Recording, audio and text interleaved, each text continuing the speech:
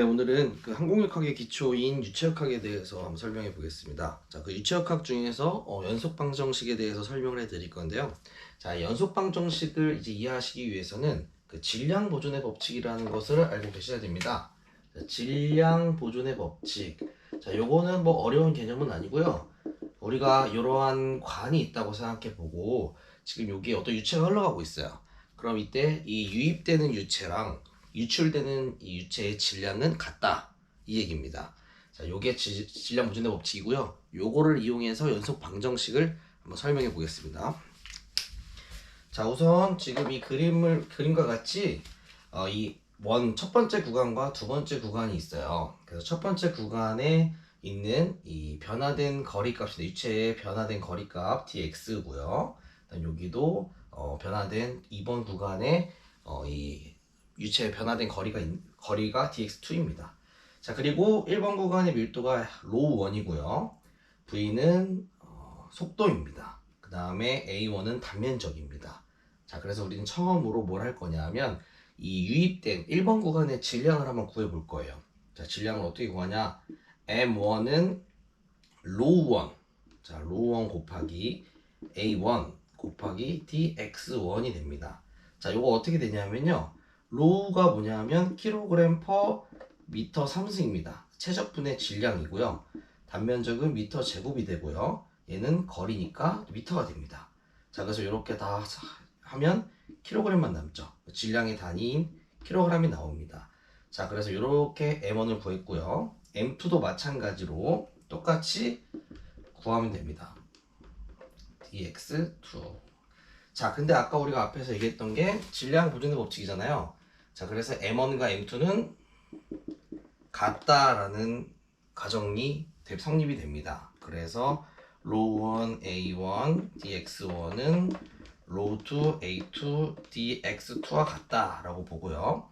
그 다음에 요거를 변화된 단위 시간당 질량값으로 이렇게 계산을 해주면 dt는 서로 소거가 되기 때문에 dt를 나눠줘도 상관이 없겠죠. 자, 그럼 요거가 뭐냐 하면 이제 미터 퍼 시간 세크가 되기 때문에 속도가 됩니다. 그래서 로우1 A1 V1은 로우2 A2 V2라는 식이 나오게 됩니다.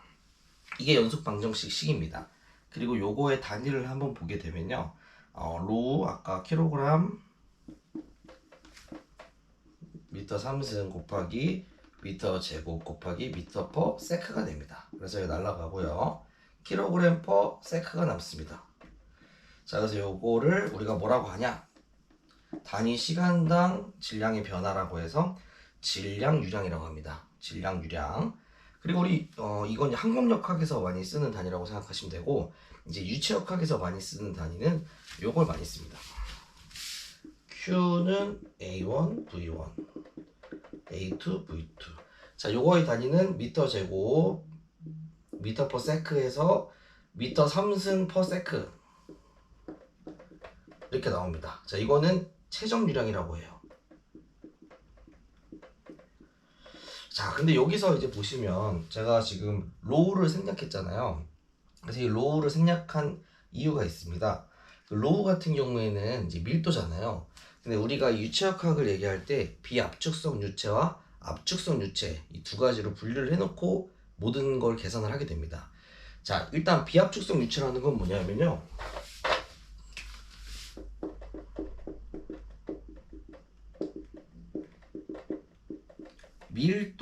유체의 밀도가 존재하잖아요.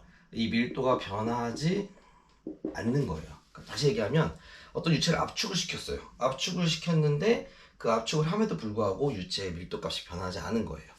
이건 대표적으로 뭐냐? 물입니다. 물. 자, 그 다음에 압축성 유체는 압축을 했을 때 밀도가 변화하는 거예요. 요거는 대표적으로 공기 생각하시면 되겠습니다. 자, 그래서 우리 이 유체역학에서는 사실 물로 많이 얘기를 해요. 그리고 항공 쪽에서는 공기로 얘기를 많이 합니다. 비행기나 하늘에 떠 있으니까요.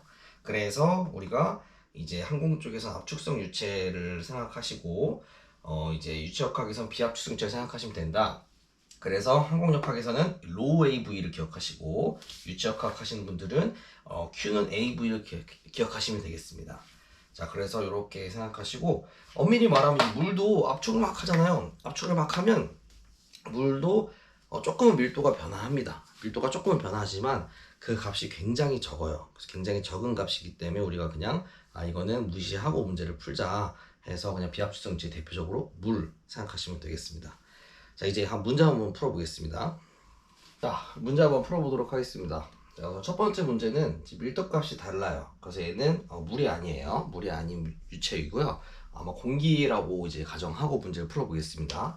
그래서 로우 A, V 값을 다 주어졌고 V2의 속도가 몇이냐 라고 이제 문제가 나왔습니다.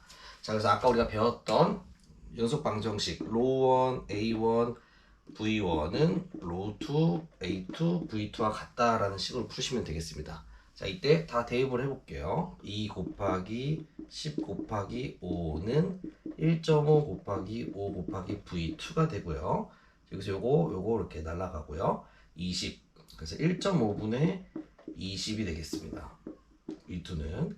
자, 그리고 요거를 200 계산하기 쉽게 15분의 200으로 나눠주고 요거 하면 3분의 40이 돼요. 그래서 약 13.33 m/s가 나오게 되겠습니다. 자, 그 다음에 두 번째 문제를 한번 볼게요. 두 번째 문제는 이게 일단 가정이 유체가 물인 경우예요. 자, 아까 물인 경우에는 밀도가 같아서 밀도 값이 없어도 된다 그랬죠. 자, 그래서 얘는 Q는 A1, V1, A2, V2. 자, 요걸로 한번 풀어보도록 하겠습니다. 자, 우선 D는 지름입니다. 지름이고 원의 넓이 구하는 공식은 4분의 파이 D 제곱이에요. 그래서 4분의 파이 D1 제곱 곱하기 V1은 4분의 파이 D 제곱 곱하기 V2와 같다라고 두고요. 4분의 파이가 날아가겠죠. 자, 그러면 2제곱 곱하기 V1은 1제곱 곱하기 V2가 되고요. V1이 5래요. 자, 이러면 4 곱하기 5는 V2가 돼서 V2는 20m/s가 나오게 되겠습니다. 이 문제가 이제 뭐 계속 변형이 되고 하는데 개념은 똑같습니다. 그리고 이제 요게 좀 개념이 그래도 헷갈린다 하시는 분들은 우리 그 이제 집에서 그 호스 쓰잖아요. 가끔 물 연결해서 호스 쓰잖아요. 세차할 때나 이럴 때 그런 그 호스 끝에를 우리가 쭉 이렇게 꾹 눌러주면 갑자기 물이 빨리 나가잖아요. 그거 생각해 주시면 돼요. 그래서 단면적이 작아지면 속도가 빨라진다. 이 개념이 연속 방정식 개념이라고 생각하시면 되겠습니다. 단면적이 넓어지면 반대로 속도는 느려지고요. 그거 생각하시면 좀 이해가 도움이 되실 것 같습니다. 네. 다음 시간에는 이제 베르누이 방정식에 대해서 한번 알아보도록 하겠습니다.